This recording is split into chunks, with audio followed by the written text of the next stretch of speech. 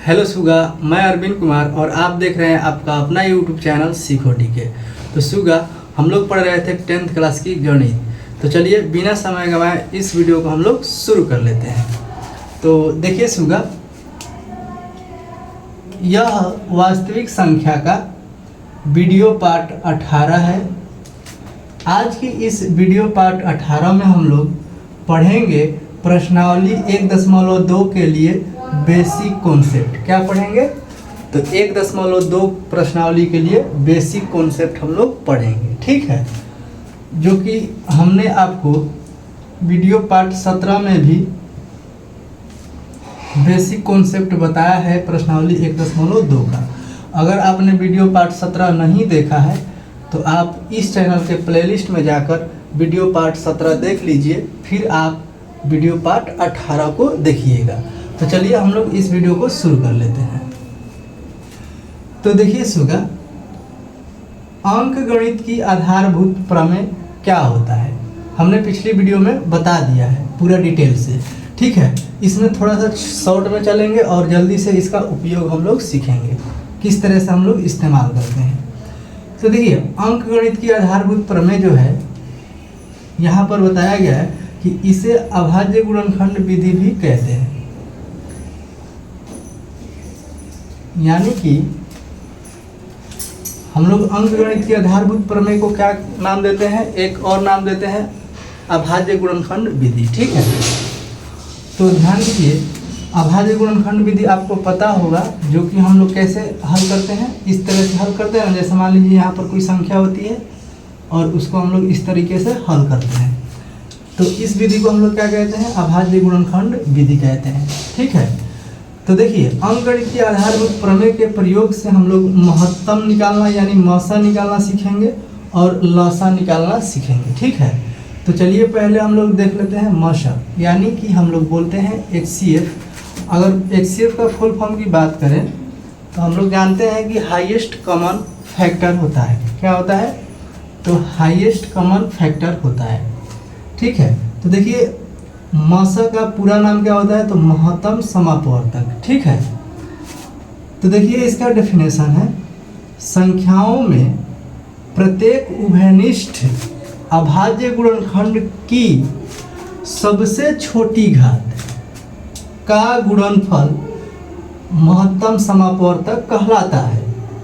फिर से सुनिए, संख्याओं में प्रत्येक उभयनिष्ठ अभाज्य गुणनखंड की सबसे छोटी घात का गुणनफल जो होता है, क्या होता है? महत्तम समापवर्तक यानी मसा होता है, ठीक है ना।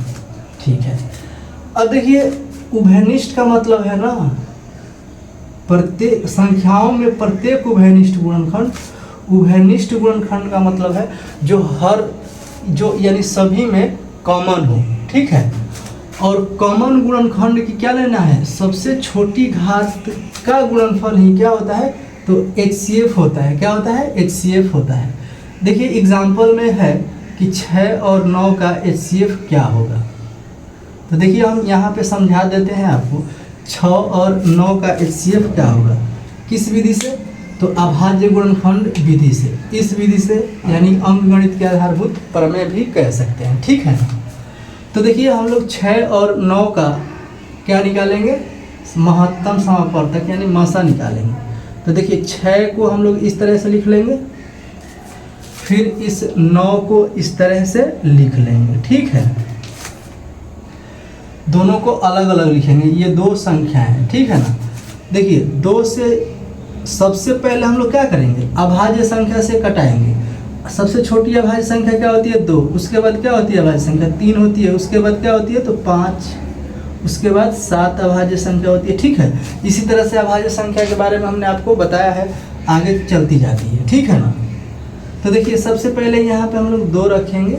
2 के पहाड़े से ये 3 बार में जाता है और यह 3 के पहाड़े से 1 बार में जाता है। यहाँ पर ध्यान दीजिए, ये 3 के पहाड़े से जाएगा, 2 के पहाड़े से नहीं जाएगा 9, इसलिए हम लोग यहाँ पर 2 नहीं लिखेंगे। 3 के पहाड़े से ये 3 बार में जाएगा, फिर 3 का पहाड़ा 1 बार पढ़ेंगे तो ये चला जाएगा। तो अगर हम बात करेंगे कि 6 जो है, इसमें 6 का गुणनखंड क्या क्या आया है? देखिए, 2 और 3 आया है, तो यहाँ पर लिखेंगे 2 गुणे 3। ठीक है, ठीक है। अब देखेंगे कि इसमें 2 कितनी बार आया है। 2 तो एक बार आया है, यानी कि 2 की घात हम लोग 1 लिखेंगे। ठीक है, और देखेंगे 3 कितनी बार आया है, तो 3 भी एक ही बार आया है, तो यहाँ पर 3 की घात 1 लिखेंगे। ठीक है, इस 1 को लिखो या ना लिखो कोई दिक्कत नहीं है। चलिए आते हैं 9 के पास, तो 9 बराबर लिखेंगे हम लोग।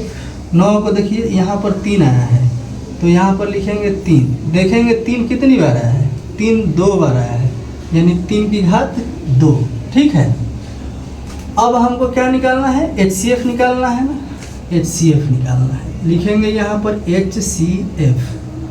ठीक है, ध्यान से देखिए, बहुत ही आसान है। अब देखिए यहाँ पर बोला गया ना, बाकी सब कुछ को ध्यान में मत रखिए, बस इस पार्ट को ध्यान रखिए। ये वाला शब्द जो है, सबसे छोटी घात का गुणनफल, और इसे भी ध्यान रखना है उभयनिष्ठ। देखिए उभयनिष्ठ का मतलब है कि 2 इसमें है, 2 इसमें भी होना चाहिए। उभयनिष्ठ का मतलब यही होता है। तो यहाँ पर बताइए 2 इसमें है, लेकिन इसमें है 2 तो नहीं है, यानी कि 2 उभयनिष्ठ नहीं है, यानी कॉमन नहीं है, कॉमन नहीं है। ठीक है, अब यहाँ पर कॉमन नहीं है तो उसको हम लोग HCF के लिए नहीं लेंगे। देखेंगे अब 3 के घात यहाँ पर 1 है, 3 के घात यहाँ पर 2 है।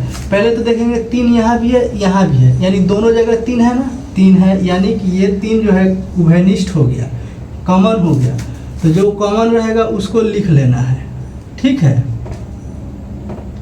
कॉमन है 3 तो 3 लिख लिए। सबसे छोटी घात का गुणनफल लिखना है आपको। 3 का सबसे छोटा घात क्या है, 3 का घात यहाँ पर 2 है, 1 है यहाँ पर, तो 1 छोटा है ना, ये वाला घात छोटा है, तो इसको लिखेंगे। तो यहाँ से 3 का घात 1 का मतलब क्या हो जाता है, 3। ये हो गया आपका HCF। ठीक है, तो कोई पूछेगा 6 और 9 का HCF कितना होगा, तो 3 होगा। ठीक है ना, ठीक है। चलिए हम लोग आते हैं अब लघुत्तम पर, यानी कि लसा, LCM, और इसी को बोलते हैं लिस्ट कॉमन मल्टीपल। ठीक है, LCM का फुल फॉर्म क्या हो जाएगा, लिस्ट कॉमन मल्टीपल। ठीक है ना, चलिए इसका डेफिनेशन देख लेते हैं। तो देखिए हम इसे हटा देते हैं, इसे आप लोग कॉपी में लिख लीजिएगा। ठीक है ना, ध्यान दीजिए, इसका हम लोग डेफिनेशन देख लेते हैं। डेफिनेशन है संख्याओं में संबंध प्रत्येक अभाज्य गुणनखंड की सबसे बड़ी घात का गुणनफल को हम लोग क्या कहते हैं, तो लसा कहते हैं। क्या कहते हैं, लसा कहते हैं। सबसे बड़ी घात का गुणनफल को हम लोग क्या कहते हैं, लसा कहते हैं। ध्यान दीजिएगा, लसा किसको कहते हैं, तो संख्याओं में संबंध प्रत्येक अभाज्य गुणनखंड की सबसे बड़ी घात का गुणनफल जो होता है वही लसा होता है। कैसे, तो ध्यान दीजिए, यहाँ पर कॉमन की बात नहीं की गई है। देखो इसमें कहीं भी आपको उभयनिष्ठ दिख रहा है, नहीं दिख रहा है ना, कोई दिक्कत नहीं है। आपको बस देखना है सबसे बड़ी घात कितना है, वही क्या हो जाएगा, उसी का गुणा जो होगा वही आपका लसा हो जाएगा। देखिए एग्जाम्पल के लिए यहाँ पर है कि 9 और 12 का LCM कितना होगा। ठीक है, कितना होगा, आइए हम लोग देखते हैं। देखिए 9 जो है, 9 को हम लोग अलग लिखेंगे इस तरह से, फिर ये 12 को अलग लिखेंगे। ठीक है, ठीक है। अब हम देखेंगे ये 2 से कटेगा, नहीं कटेगा।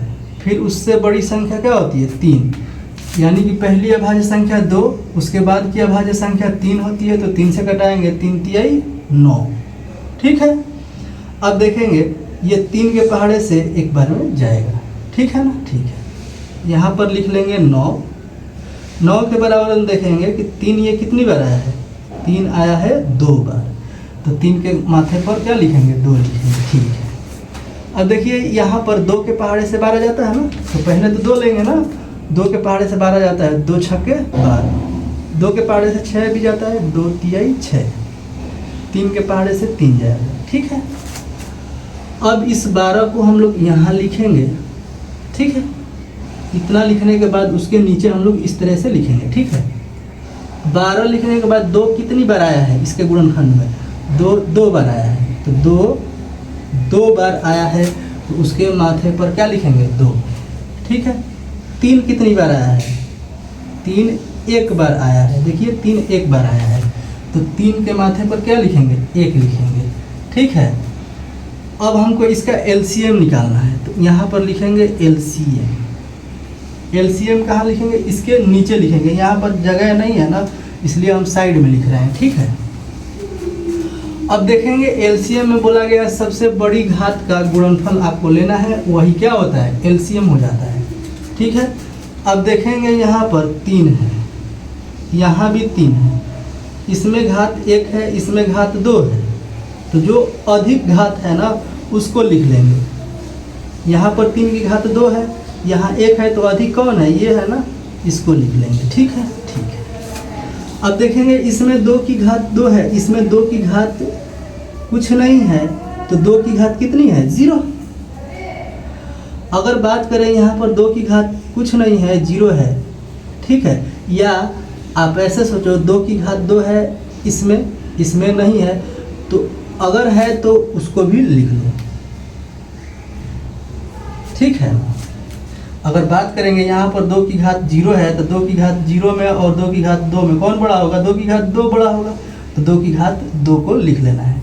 या आप ऐसे भी समझ सकते हैं, यहाँ पर है, इसमें अगर नहीं है तो जो है उसी को लिख देना है, ठीक है। अगर दोनों जगह मिल रहा है तो उसमें देखना है कि आपको बड़ी घात वाली कौन संख्या है, उसको लिखना है, ठीक है ना, एलसीएम के लिए। अब देखेंगे हम 3 की घात 9 का 3 की घात 2 का मतलब क्या हो जाता है? 9 होता है, ठीक है। 2 की घात 2 का मतलब 4 हो जाता है, ठीक है। तो 9 गुणे 4, 9 चौका कितना हो जाता है? 36। ये हो जाएगा एलसीएम, ठीक है ना। तो 9 और 12 का एलसीएम कितना होगा? 36 होगा। तो उम्मीद करते हैं सुगा कि ये प्रश्न आपको बहुत ही अच्छे से समझ में आए होंगे। प्रश्न अर्थात एग्जाम्पल, ठीक है। और ये जो भी परिभाषाएं हैं ये सब कुछ आपको बहुत ही अच्छे से समझ में आया होगा, ठीक है। अगर फिर भी किसी तरह का डाउट रहता है तो आप कमेंट कर दीजिए, ठीक है ना। तो हम इसे हटा देते हैं, फिर कुछ एग्जाम्पल ले लेते हैं और एचसीएफ और एलसीएम को थोड़ा और समझा देते हैं, ठीक है ना, ठीक है। आप इसका स्क्रीनशॉट ले लीजिए और अपनी कॉपी में नोट कर लीजिए, ठीक है। तो देखो सुगा, हमने फिर से वही एग्जाम्पल लिया है और यहाँ पे आपको मैं बताऊंगा कि 6 और 9 का एचसीएफ भी बताऊंगा और एलसीएम भी बताऊंगा, और इसी तरह से 9 और 12 का एचसीएफ और एलसीएम दोनों बताऊंगा, ठीक है ना। अगर आपको कन्फ्यूज़न हो रहा होगा कि 6 और 9 का एचसीएफ तो निकाल दिए और एलसीएम नहीं निकाले हैं, तो हम उसी का एचसीएफ भी बताएंगे फिर से और एलसीएम भी बताएंगे, आप ध्यान से देखिएगा, ठीक है ना। चलिए हम लोग निकालते हैं। देखिए 6 को अलग हम लोग हल करेंगे इस तरह से, अभी बताया है ना, बताया है, ठीक है। देखो 2 से ये 3 बार में जाएगा और 3 से ये 1 बार में जाएगा, ये 3 से कितना बार में जाएगा? 3 बार में जाएगा, और 3 से ये 3 1 बार में। तो देखिए 6 के बराबर क्या आया है, इस 6 को लिखेंगे, फिर इस 9 को लिखेंगे इस तरह से, ठीक है। लिखेंगे 2 कितनी बार आया है? 1 बार आया है, घात लगा देंगे 1, ठीक है। फिर गुणा 3 लिखेंगे, 3 कितनी बार आया है? तो 1 बार आया है, 1 घात 1 लगा देंगे, ठीक है ना, ठीक है। अब देखेंगे 9 में देखेंगे ये 3 कितनी बार आया है? 3 आया है 2 बार, 3 की घात 2 लिखेंगे, ठीक है। अब इसका हमको क्या निकालना है? एचसीएफ भी निकालना है और एलसीएम भी निकालना है, ठीक है। तो देखिए इसके नीचे लिखेंगे एचसीएफ, फिर लिखेंगे एलसीएम। चलिए देख लेते हैं एचसीएफ और एलसीएम कितना होता है। देखिए एचसीएफ के लिए आपको ध्यान रखना है कि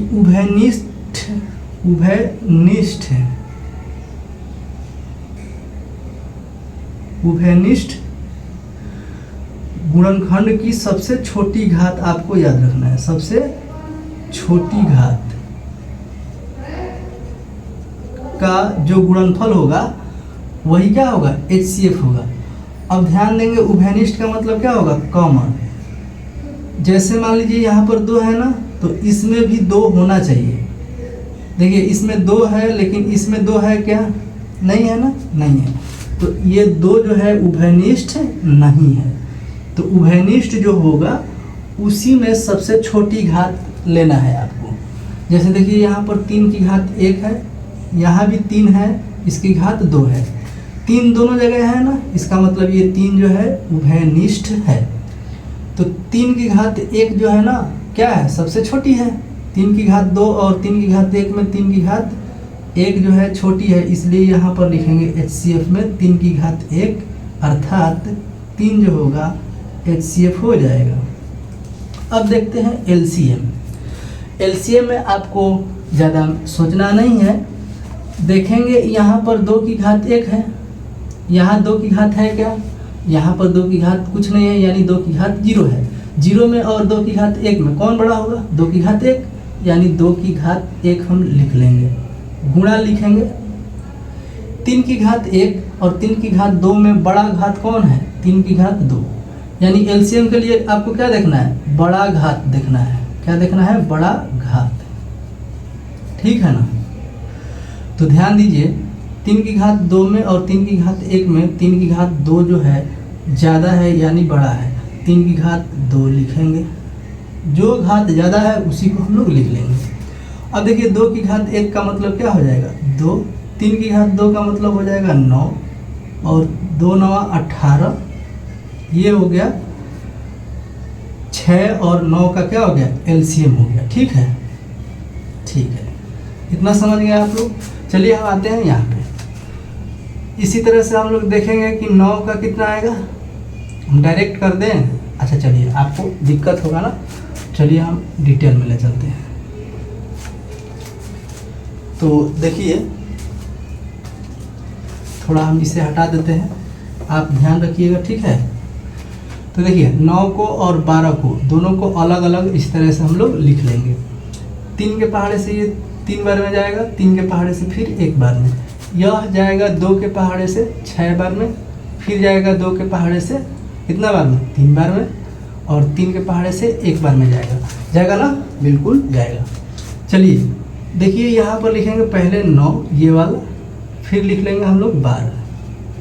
किसी को कहीं भी लिखो कोई दिक्कत नहीं है, ठीक है ना, ठीक है। देखिए 9 के लिए हम लोग देखेंगे 3 इसमें आया है। 3 कितनी बार आया है? 2 बार। 3 आया है 2 बार, तो घात 2 लगाएंगे। अब देखिए इसमें कुछ नहीं है, ठीक है। 1 को नहीं लिखना है, नहीं लिखना है, नहीं लिखना है, ठीक है ना। वो हमेशा आपको ध्यान रखना है कि 1 रहता है, ठीक है। देखिए 2 है ना, इसमें 2 लिखेंगे।